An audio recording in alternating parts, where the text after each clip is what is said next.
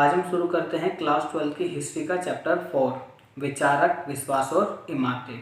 Guys, इस chapter के अंदर हम पढ़ेंगे कि भाई भारत के अंदर कौन कौन से धर्म थे, उसके बाद क्या क्या उनमें परिवर्तन हुए, कौन कौन से नए नए विचारक आए और उन्होंने कौन कौन से परिवर्तन किए। उनके साथ साथ हम उनकी इमारतों के बारे में भी पढ़ेंगे। सबसे पहले हम बात करते हैं कि प्राचीन भारत में 3 धर्मों का उत्थान हुआ। कौन कौन से धर्म थे गाइस? सबसे पहले अगर बात करें तो हिंदू धर्म, दूसरा जैन धर्म और तीसरा बौद्ध धर्म। हम सबसे पहले बात करते हैं हिंदू धर्म की। तो गाइस, हिंदू धर्म की जो जानकारी हमें प्राप्त होती है वो वेदों से होती है। वेद जो हैं वो हिंदू धर्म के हिंदू धर्म के प्राचीनतम और सबसे शुरुआती ग्रंथ माने जाते हैं। तो वेदों के जो काल होता है, वेदों की जो जानकारी प्राप्त हुई है, वेदों के काल को हम वैदिक काल कहते हैं। गाइस, वैदिक काल जो है वो 1500 ईसा पूर्व से 600 ईसा पूर्व बताया जाता है। वैदिक काल को 2 भागों में बांटा जाता है, ऋग्वैदिक काल और उत्तर वैदिक काल।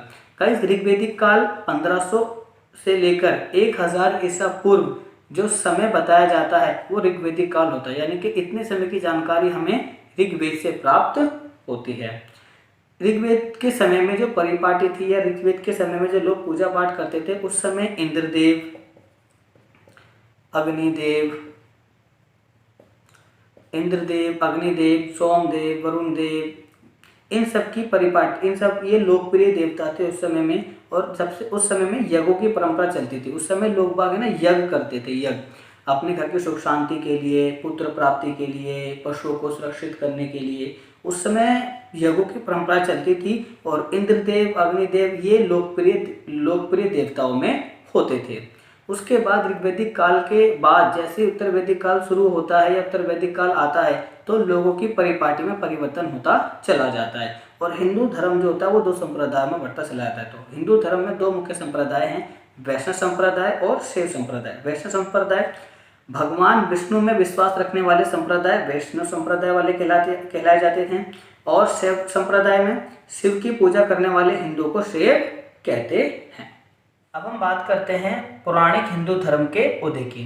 गाइस, जैसे हमने पढ़ा कि भाई हिंदू धर्म की शुरुआत के जो ग्रंथ थे वो वेद थे, और वेदों के जो समय टाइमिंग था उनको हम वैदिक काल के नाम से जानते हैं। तो जो वैदिक काल था उसको 2 भागों में बांटते हैं, ऋग्वैदिक काल और उत्तर वैदिक काल। गाइस, ऋग्वैदिक काल के अंदर इंद्रदेव, सोमदेव, वरुण देव, इन देवताओं को काफी लोकप्रिय देवता थे, इनकी ज्यादा मान्यता होती थी। उसके बाद उत्तर वैदिक काल आते आते हिंदू धर्म के अंदर 2 संप्रदाय बन गए थे, वैष्णव संप्रदाय और शैव संप्रदाय। जब उत्तर वैदिक काल के बाद जो पौराणिक हिंदू धर्म का उदय हुआ उसमें यह हुआ कि जो वैष्णव संप्रदाय था और शैव संप्रदाय था इसमें कुछ और नई परिपाटी जुड़ती चली गई। जैसे वैष्णव संप्रदाय में विष्णु को सबसे महत्वपूर्ण देवता माना जाता है, और शैव संप्रदाय में शिव परमेश्वर है। तो ये पौराणिक हिंदू धर्म के अंदर वैष्णव संप्रदाय और शैव संप्रदाय में भी परिवर्तन आता चला गया था। जैसे वैष्णव संप्रदाय में क्या हुआ, अवतारवाद शुरू हो चुका था। अवतारवाद क्या गाइस, जैसे वैष्णववाद में कई अवतारों के इर्द गिर्द पूजा पद्धतियां विकसित हुई। कैसे कि इस परंपरा में 10 अवतारों की कल्पना की गई थी। गाइस, ये पौराणिक हिंदू धर्म का मतलब ये होता है कि ये उस समय में जो बातें थी वो पुराणों की जो कहानियां थी उनके ऊपर आधारित होता था। कि पुराणों के अंदर ये बताया गया था अवतारवाद को लेकर कि जब जब पृथ्वी पर पाप बढ़ेगा उसको खत्म करने के लिए, उस पाप को नष्ट करने के लिए विष्णु जी अवतार लेकर पृथ्वी पर आएंगे और उस पाप को अंत करेंगे। तो ये अवतारवाद था और इसकी शुरुआत पौराणिक हिंदू धर्म में ही की गई थी। इसके साथ साथ पौराणिक हिंदू धर्म के अंदर ही मूर्तियों का चलन शुरू हुआ और अलग अलग प्रकार की मूर्तियां बननी शुरू हुई। जैसे कई अवतारों को मूर्तियों के रूप में दिखाया गया। जैसे हमने राम जी को देखा है या कृष्ण जी को देखा है, तो ये सारे विष्णु जी के अवतार ही बताए जाते हैं। उसके अलावा हम देखें तो शिव की उपासना शिवलिंग के रूप में की जाने लगी थी, और कई बार शिव जी को भी मनुष्य के रूप में उनकी मूर्तियां बनाई हुई होती थी। तो ये सब कब हुआ, पौराणिक हिंदू धर्म यानी कि उत्तर वैदिक काल के बाद के समय हुआ था। तो ये वैष्णव संप्रदाय और शैव संप्रदाय के अंदर भी ये परिवर्तन आता चला गया था। अब हम बात करते हैं वैष्णववाद और शैववाद से जुड़ी हुई वस्तुकला और मूर्तिकला की। वस्तुकला का मतलब था कि किस प्रकार के उस समय मंदिर बनने लगे थे, पहले कैसे थे और बाद में कैसे थे। और मूर्तिकला जैसे हमने भी पढ़ा था कि हाँ मूर्तियां बनाई थी, कई अवतारों के रूप में मूर्तियां दिखाई देती। तो सबसे पहले हम बात करते हैं मूर्तिकला की। तो कई अवतारों को मूर्तियों के रूप में दिखाया गया था, कई प्रकार की मूर्तियां पाई गई थी। जब भारत के इतिहासकारों ने इस प्रकार की मूर्तियां देखी, जो ब्रिटिशर्स थे उन्होंने जब ये मूर्तियां देखी तो वो समझ नहीं पा रहे थे कि मूर्तियां कैसी हैं। जैसे हम देखते हैं कि विष्णु जी ने एक अवतार लिया था, वराह का अवतार। तो उसमें उनका शरीर मानव वाला भी था, और उसमें उनका आधे वो मानव थे और आधे वो पशु के रूप में दिखाए गए थे। तो इस प्रकार की मूर्तियां जब इतिहासकारों ने देखी, क्योंकि वो ब्रिटिशर्स थे, उन्हें हिंदू धर्म के बारे में इतनी जानकारी नहीं थी, तो वो उन मूर्तियों को समझ ही नहीं पा रहे थे कि ये मूर्ति क्या है और ये हमें क्या बताती है। तो उसके लिए फिर उन्होंने क्या करा, उन्होंने हिंदू धर्म को पढ़ा, यानी कि पौराणिक हिंदू धर्म को पढ़ा। तब जाकर उनके समझ में आया कि जो मूर्तियां हैं ये विष्णु के अवतारों की मूर्तियां हैं। उसके बाद अगर हम बात करते हैं वास्तुकला की, तो गाइस वास्तुकला, पहले जो मंदिर बनाए जाते थे वो पहाड़ों को काट काट कर बनाए जाते थे, यानी कि छोटे छोटे वो पहाड़ों को काट कर मंदिर बना दिया जाता था, बस उसी में ही मूर्ति स्थापित कर दी जाती थी और वहीं पूजा पाठ होती थी। या उसके अलावा एक चकोर कमरा बना दिया जाता था, जिसे गर्भगृह कहते थे। क्या कहते थे? गर्भगृह कहते थे। ये चकोर कमरा बना दिया जाता था और इसी के अंदर देवता की मूर्ति को स्थापित कर दिया जाता था। बाद में इस चकोर कमरे के ऊपर शिखर बनाने लग गए थे और धीरे धीरे करके वो मंदिर, आज की जो हम मंदिर देखते हैं, वो इस प्रकार से मंदिर चलन में आते चले गए थे। शुरुआती दौर में इस तरह के मंदिर नहीं थे। शुरुआती दौर में सिर्फ एक चकोर कमरे के प्रकार के होते थे या पहाड़ों को काट काट कर छोटे छोटे मंदिर बनाए जाते थे। तो गाइस अब हम बात करते हैं जैन धर्म की। तो गाइस जैन धर्म, तो जो जैन है, जैन शब्द संस्कृत के जिन शब्द से बना है, जिसका अर्थ है विजेता, यानी कि ऐसे लोग जिन्होंने अपने मन, काया और वाणी पर विजय प्राप्त कर ली थी, तो जैन।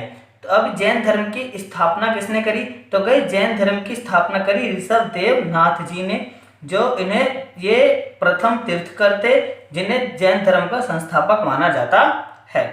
अब हम बात करते हैं तीर्थकर का क्या अर्थ होता है। तीर्थकर कौन होते हैं? गाइस वे महापुरुष जो लोगों को उनके जीवन की नदी के पार पहुंचाते हैं, ऐसे लोगों को हम तीर्थकर कहते हैं। यानी कि समाज में लोगों को शिक्षा देने वाले, लोगों को सही राह दिखाने वाले लोगों को हम तीर्थकर कहते हैं।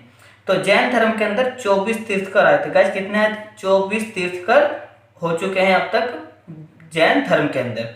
तो हम इन तीर्थकर की बात करते हैं। तो जैन के अंदर तीर्थकर में सबसे पहले हम बात करते हैं ऋषभदेव नाथ जी की।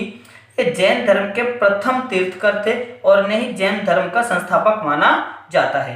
अब हम बात करते हैं दूसरे पार्श्वनाथ। पार्श्वनाथ जैन धर्म के 23वें तीर्थकर हैं, जिनका जन्म 850 ईसा पूर्व में हुआ था। 23वें तीर्थकर थे पार्श्वनाथ। और तीसरे नंबर पाते हैं महावीर। महावीर जैन, ये जैन धर्म के 24वें तीर्थकर थे, जिनका जन्म 540 ईसा पूर्व में हुआ था। गाइस महावीर से जुड़े हुए हम और चीजों के बारे में पढ़ें। क्यों? क्योंकि महावीर जी ने ही जैन धर्म को भारत के अलग अलग हिस्सों में फैलाया था। ये तीनों काफी लोकप्रिय तीर्थकर रहे हैं, इसलिए हम तीनों का पढ़ रहे हैं। ऋषभदेवनाथ क्योंकि वो संस्थापक थे, और महावीर से पहले पार्श्वनाथ थे, वो 23वें तीर्थकर थे। उसके अलावा महावीर जैन। महावीर जैन की अगर हम बात करें तो उनके पिता का नाम सिद्धार्थ था, उनकी माता का नाम त्रिशाला, पत्नी का नाम यशोदा और पुत्री का नाम अनुजा था। महावीर जैन ने अपनी माता पिता की मृत्यु के बाद अपने घर का त्याग कर दिया था और घर छोड़कर वो ज्ञान की खोज में, शिक्षा की खोज में सन्यासी का रूप धारण कर निकल गए थे और ज्ञान प्राप्त करने लगे थे।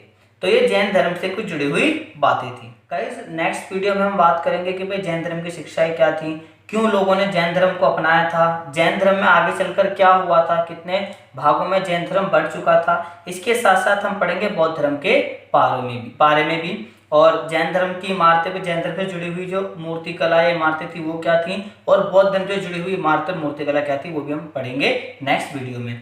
कोई भी गाइस किसी भी टॉपिक में आपको डाउट हो, कोई भी परेशानी हो, तो आप मुझे कमेंट करें। वीडियो को ज़्यादा से ज़्यादा लाइक करें, कमेंट करें, शेयर करें। Thank you.